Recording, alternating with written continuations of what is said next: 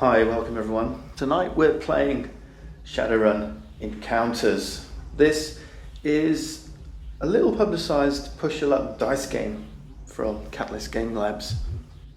There's only 8 dice in here and a whole stack of cards. It plays 1 to 8. I'm going to demonstrate the solitaire version because I'm just going to play the game, but I'm also going to show you how the multiplayer game works as we play, and I'm going to introduce those concepts to you in this demonstration. We're going to be these runners in this Shadowrun universe.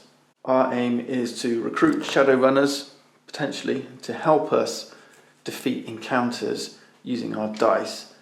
By defeating encounters, we're going to score points. First player to 30 points wins the game. In the solitaire game, we're rushing to 20 Nguyen before the end of the 12th turn. These victory point tokens become your currency as well, so you can spend them or reinvest them to recruit more Shadowrunners that will help you defeat more encounters and hopefully accumulate more points than you're spending to get to that victory a lot quicker. During the course of the game, we're going to be playing in different districts. There'll be encounters effectively in different districts, and these different districts will have kind of a modifier effect on the game. If you're not familiar with the world of Shadowrun, there is a small booklet included that teaches you about the story of this world. Let's get set up and we'll dive straight into gameplay. We start the game with no money, no victory points. We've got no money to spend. So we're not going to be able to start hiring Shadowrunners until we can start completing some encounters. We've basically got 2 decks. This is your deck of Shadowrunners from which you can recruit, and your deck of encounters that you'll need to defeat. Now there isn't any leveling here, so the game is pretty static throughout. Nothing gets harder, the game doesn't really change, but it's a small budget game if you like. But we do start with 1 Shadowrunner. Okay. There's also randomised districts, so we're going to randomise these. I'll show you what these mean when we get into gameplay. Here's my dice box, because we're going to be rolling dice here. There's also a bunch of corporation cards. We're not going to use these in the solo game. I'll talk about these in a little while, perhaps towards the end of the film, but for multiplayer games, you can each take on the role of a corporation with its own ability. We're set up and we're ready to go. So, this is my Shadowrunner. O'Malley's pretty good effect. It says all rolled 2s are wild, and I can keep this in my pocket. All right, I'm going to have 5 Shadowrunners in play at one time. That's the most I can have. So I can choose when to use him. He's always a one-time use. You can pay to not discard, to not lose your Shadowrunners, to keep them under your employ. But these guys really are the key to winning this game. Okay, so how does it work? Let's start with our first turn. And all we do is we start drawing cards. I'm going to draw an encounter. This one says an elf decker, and we're going to start a run on this encounter. If I can complete the run on this encounter, it's going to score me 1 point. Okay, 1 Nguyen. Right, not very much. The way to score points in this game is to keep accumulating, keep pushing and pushing till you think you've reached a point where you can push no more, and then claim your points. We're going to start with 6 dice. These 2 black ones are bonus dice. Some Shadowrunners allow you to roll some extra dice. Basically, we're going to be rolling all 6 dice, and then we're going to lock those dice in on each encounter. So as we progress, we're going to get fewer and fewer dice. And those dice, are therefore, fewer and fewer dice is going to reduce the probabilities of you being able to defeat that encounter. You can choose when to stop. Okay, when you've completed an encounter, you can either decide to stop or move on. Right, hence the push your luck element. Now what we're trying to do with our dice is roll dice that sum to exactly 8. Okay, that could be 4 2s, it could be a 5 and a 3, it could be a 6 and a 1 and a 1. Any combination of dice who add up to this value here, the value 8. So now it makes sense, right? We're going to roll our dice, so let's start. These are the dice we've rolled. And we're going to choose if we want to use any of these dice. Right, I've got a 5 and a 3. Perfect, that's an 8. Now I can, if I wish, choose to end there and take my 1 point. Right, but that's not too good. That's not very good for a turn. Remember, we've got 12 turns. We're trying to score 20 points, or first to 30 in a regular multiplayer game. All right. So here we're playing solo. We're racing against the clock.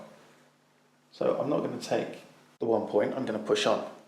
I would highly suggest when you come to play this, reducing your target to 10 rounds instead of 12. Maybe we'll do that actually. Okay, so I'm going to push on, but I've made that decision already. I don't want that 1 point. Now I've got 4 dice and I have to re-roll them.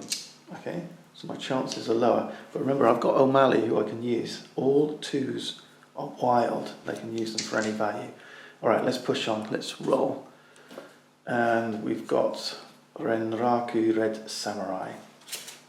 They do have keywords on these cards. This one is a mega corporation because certain runners are going to have different abilities that may affect certain cards. This one needs a 9. So with 4 dice, I need to get that 9.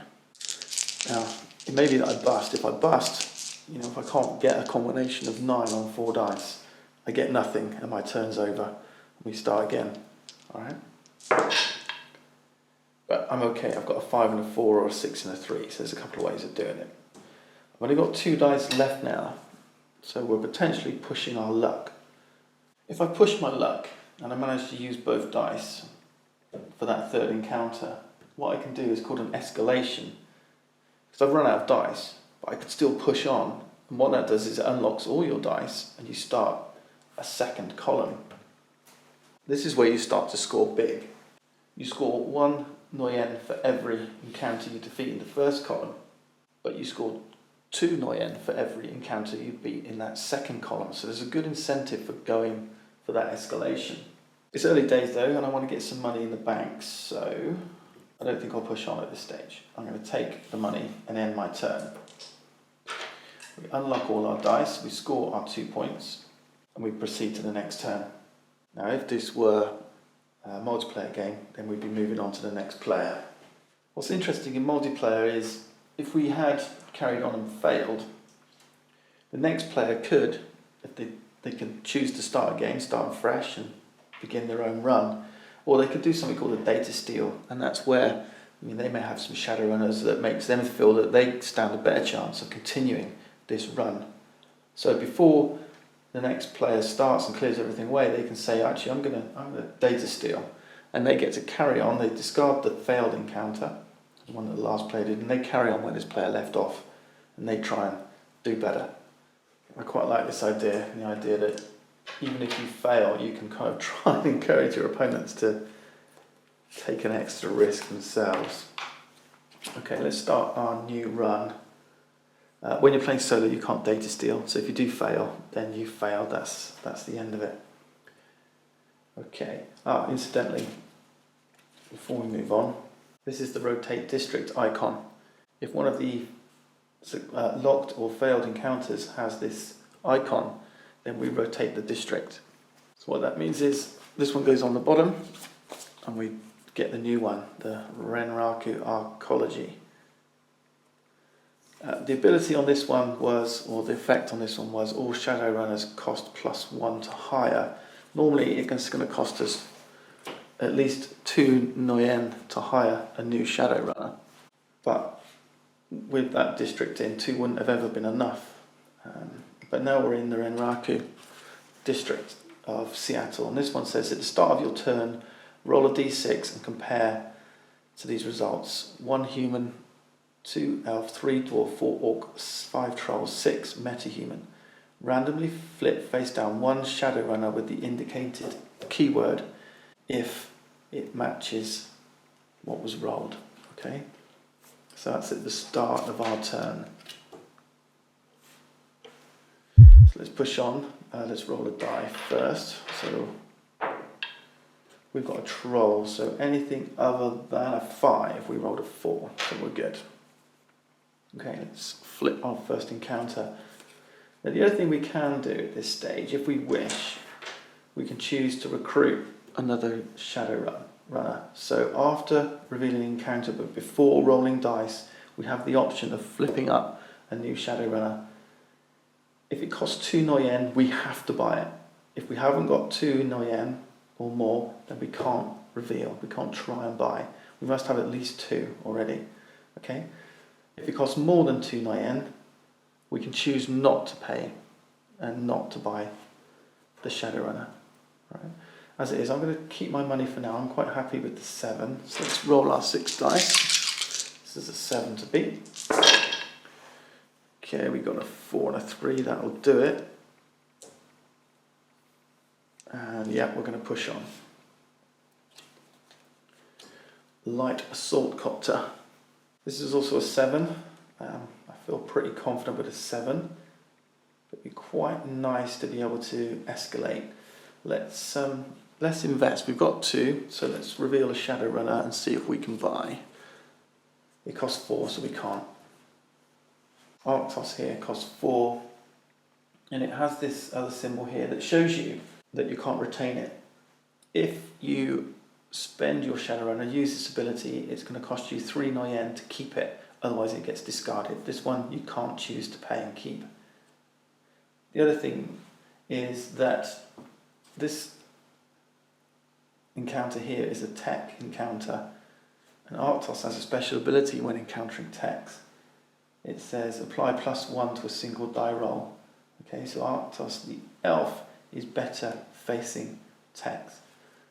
Otherwise, just the basic effect happens. All rolled 3s and 4s are wild. Right, so she's pretty good. And that's a great way to escalate and push forward. I can't afford her, so we're going to push forward without her. And we're going to use 4 dice, and we're looking for a 7.